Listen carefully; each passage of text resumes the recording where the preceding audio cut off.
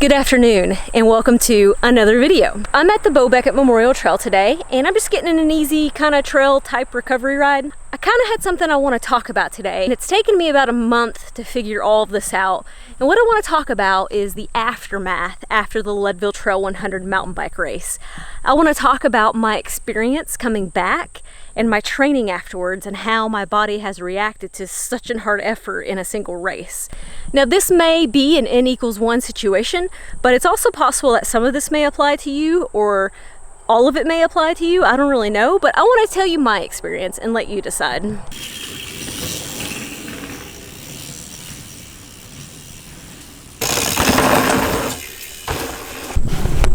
not sure if you can see him with this wide angle lens, but there's a turtle on that rock down there.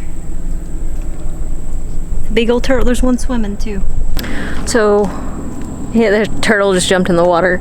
The first thing I want to say is that none of these issues really started until about 2 weeks after I returned from Leadville.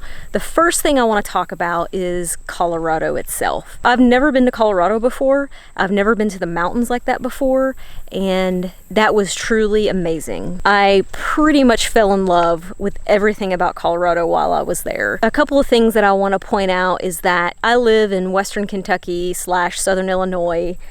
Right now I'm sitting at 510 foot above sea level. There are no sustained climbs around here. You have to climb many miles in order to put together a ride that will do 6,000 foot of elevation change. So we don't have like what I was able to ride out in Colorado. There were miles and miles and miles of paved bike paths, and then they connected to actual trails. The whole community is fit and active, and it's just completely different than basically what we have here. It was amazing, and I fell in love with Colorado. I mean, for somebody who feels the most at peace on the trails and on my bike and when I'm suffering, I mean, that's my world there. That place, it really makes you feel alive. It's awesome. It's crazy. And so that actually set in a level of depression with me, of just looking around and remembering what Colorado was and what I have now. I mean, when I ride on the road, people try to run us off the road. They throw cups with ice at people's faces, and my friends get hit by cars. I'm sure they have all those problems in Colorado too, but it just didn't seem like it while we were there. But I keep telling myself that they don't have that weather all year round. I have so many great trails in my area to ride. I do really appreciate the beauty of this area. I mean, I'm standing in front of a huge lake right now. I've been watching these turtles swim in the water. So one of my first problems with coming back from the Leadville Trail 100 is readjusting to my real life. Going back to work. I went back to work the very next day that I got back. So Monday, the Monday after Leadville, I was at work at 8 a.m. It was really tough, and I really miss Colorado, and I can't wait to go back. I'll be back with my bike, that's for sure. The next thing I want to talk about is what happened to my fitness when I came back from the Leadville Trail 100. I was warned that after achieving a big goal, some athletes get depressed, and I kind of thought, that's not going to be me. In order to try to make sure that that wasn't me, I scheduled a race a month after the Leadville Trail 100, so that was the Black Bear Rampage, and I told myself that I know I'll need some time off after the LT 100, but knowing that I have that race coming up, that would keep me motivated and keep me training to some extent. When I got home, I took Sunday and Monday off after the race, and then I got on my bike Tuesday and Wednesday. I actually got on my road bike, and my legs were pretty tired. They were sore to the touch, but if I put an effort in, they actually responded. Basically, I was fatigued but stronger than I was before, which was kind of crazy in a way, right? On Tuesday and Wednesday, I didn't ride super hard, but on Thursday that week, I was exhausted, so I took Thursday and Friday off. Well, Saturday, which is 1 week from the LT 100 at this point, I rode 100 miles on the road. I don't know, that might not have been the smartest thing, and it wasn't an easy 100 miles. Because my body was feeling really strong somehow, I pushed the pace. When I was pulling, I took hard pulls. I pushed the pace on the climbs. I had a really strong ride, and my TSS for that ride was super high. It was probably almost 100 points than a normal 100 miles is. So then the week after that, I kind of felt the same thing for a couple days, and then I got really tired again. By the time Saturday rolled around, 2 weeks after the LT 100, I was so tired. I was done. Didn't want to get off the couch and didn't want to ride my bike.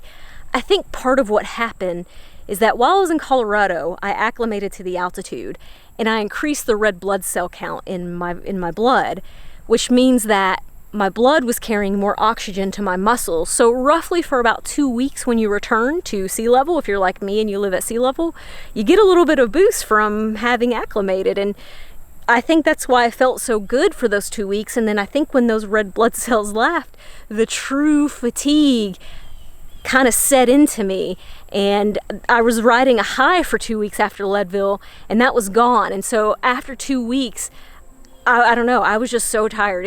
Everything was tough. Everything was so tough. Part of my problem is that for the LT 100, I followed a 7-month training plan. So 6 days out of the week, I rode my bike and followed a plan. I didn't do the structured workouts perfect, but I pretty much rode the volume that I was supposed to. So I got really used to that, and I really liked it. I like having a plan. Well, my plan ended the day of the race. So after that, I was completely just riding without a plan, riding whatever I wanted. And I thought that would be good for me to have a break. But honestly, I guess for my personality type, I really needed something telling me what to do. That structure really, it helped me a lot. You would think that it would tie you down too much, but if you find a plan that fits your personality, you can still do some of the things that you want to do depending on your goals.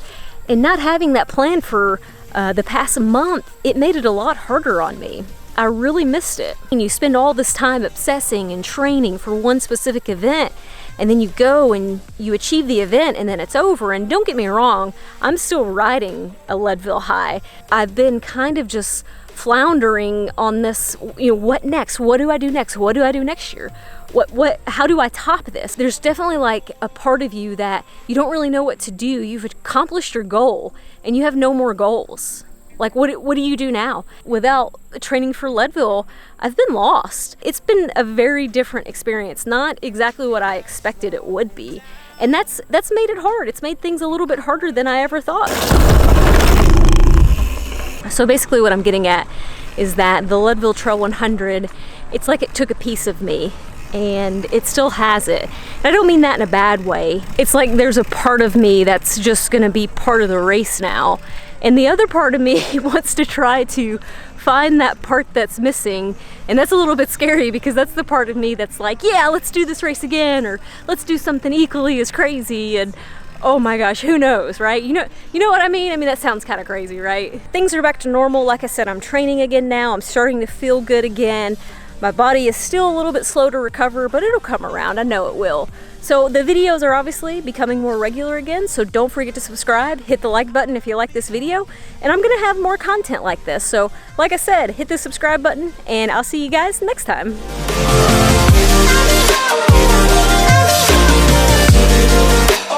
I'll be holding you.